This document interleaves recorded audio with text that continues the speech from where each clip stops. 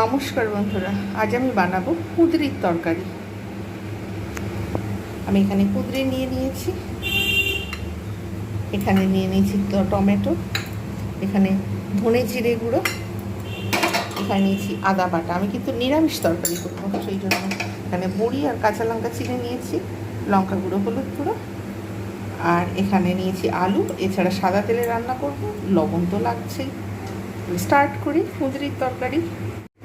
কড়াতে দিয়ে দিয়েছি সাদা তেল, গরম হয়ে গেছে, সুতরাং আমি এবারে এতে বড়িগুলোকে ভেজে নেব।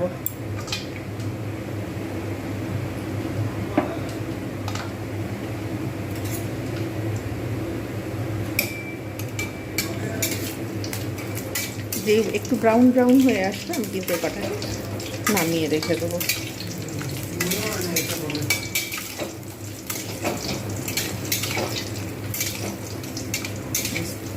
একটু সময় নিয়ে এটাকে ভাজতে হবে।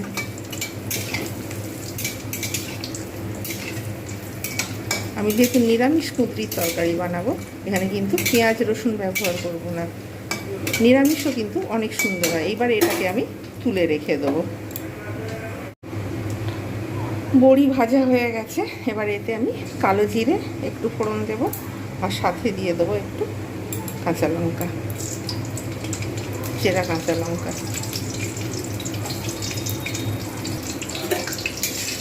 ব্যাস, জাস্ট আমি হালকা করে ভেজে নিলাম। এর মধ্যে এবারে দিয়ে দেবো আলুগুলো। আলুগুলো কিন্তু একটু ভালো করে ভাজবো। আলু এবং কুঁদরি দুটোই ভালো করে ভাজতে হবে।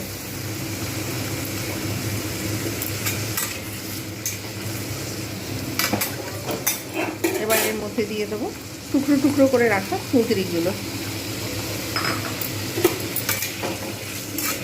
এটা কিন্তু আমি খুব ভালোভাবে ভেজে নেব। যেহেতু আমি এখানে চন্দ্রমুখী আলু ব্যবহার করেছি, তাই কিন্তু খুব সহজে সিদ্ধ হয়ে যাবে, ভাজা হয়ে যাবে। আর কুঁদরি তো খুব সহজেই ভাজা হয়ে যায়।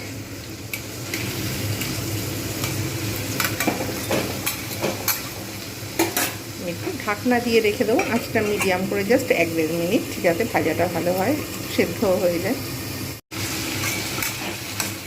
কুঁদরি এবং আলুটাকে আমি খুব ভালো করে ভেজে নিয়েছি। এর যে একটা কাঁচা স্মেল ছিল সেটা কিন্তু চলে গেছে। অতিরিক্ত ভাজলে পুড়ে যাওয়ার সম্ভাবনা থাকবে। যতটুকু ভাজার দরকার ঠিক ততটুকুই ভেজেছি। এবার আমি এর মধ্যে দিয়ে দেবো টুকরো টুকরো করে রাখা টমেটোগুলো।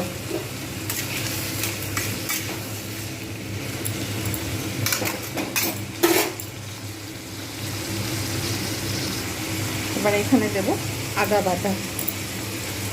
একটু জল দিয়ে দেবো যাতে না মশলাগুলো পুড়ে যায়।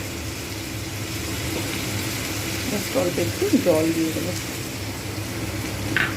এতে দেবো লঙ্কা গুঁড়ো, হলুদ গুঁড়ো, পরিমাণ মতো দেবো লবণ, আর এবারে দেবো ধনে জিরে গুঁড়ো রোস্ট করা। এবার এগুলো খুব ভালো করে আমি কষবো। এগুলো অটোমেটিক্যালি কিন্তু হবে, একটু আমাকে শুধু জাস্ট ঢাকনা দিয়ে রেখে দিতে হবে। নিরামিষ কুঁদরির তরকারি আমি এটা একটু ঢাকনা দিয়ে রেখে দেবো 1-2 মিনিটের মতো, আঁচ কমিয়ে। এখানে আমি এগুলো ভালো করে কষে নিয়েছি। ব্যাস, এই যে পুরো তেল ছাড়তে শুরু করে দিয়েছে।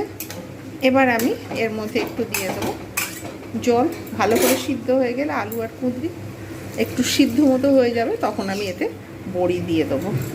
একটু না সিদ্ধ হলে তখন কিন্তু আমি তার আগে বড়ি দিতে পারবো না, তাই আমাকে একটু অপেক্ষা করতে হবে ঢাকনা দিয়ে 2 মিনিট। জাস্ট 2-2.5 মিনিট পর ফিরে এলাম। আলু সিদ্ধ হয়ে গেছে, দেখা যাচ্ছে পুরো একদম।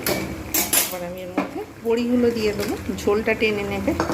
আর জাস্ট একটুখানি টেস্টের জন্য গরম মশলা দেবো, তাহলে কিন্তু সোনায় সোহাগা, এত ভালো টেস্ট হয়। কুঁদরি যে এত সুন্দর টেস্টি খাবার হতে পারে, এটা কিন্তু গরম ভাতের সঙ্গে দুর্দান্ত লাগে। আপনারা লুচি, পরোটা, উপবাসের দিন, যেহেতু নিরামিষ সেহেতু উপবাসের দিনও আপনারা কিন্তু এটা অবশ্যই খেতে পারবেন। বানিয়ে দেখুন, একবার যদি বানিয়ে খান তাহলে মনে হবে যে এটা বারবারই ঠিক এইভাবে কুঁদরি রান্না করি এবং তৈরি করি। কেমন হচ্ছে রেসিপিটা জানাতে ভুলবেন না। আমি জাস্ট একটু স্ট্যান্ডিং টাইম দেবো বড়িগুলো যাতে ঠিকভাবে পারফেক্ট সেদ্ধ হয়ে যায়। তৈরি হয়ে গেল দুর্দান্ত স্বাদের কুঁদরির তরকারি। আপনারা অবশ্যই বাড়িতে এইভাবে বানাবেন। যেভাবে বানিয়ে সেইভাবে বানালে অসম্ভব সুন্দর একটা কিন্তু টেস্ট আসে। এইভাবে অবশ্যই বানাবেন। ব্যাস এবারে সার্ভ করে দেখাচ্ছি কীরকম হয়েছে রেসিপিটা। তৈরি হয়ে গেল পপুলার কুঁদরির তরকারি। আমি যেভাবে বানিয়েছি অবশ্যই এইভাবে বানাবেন।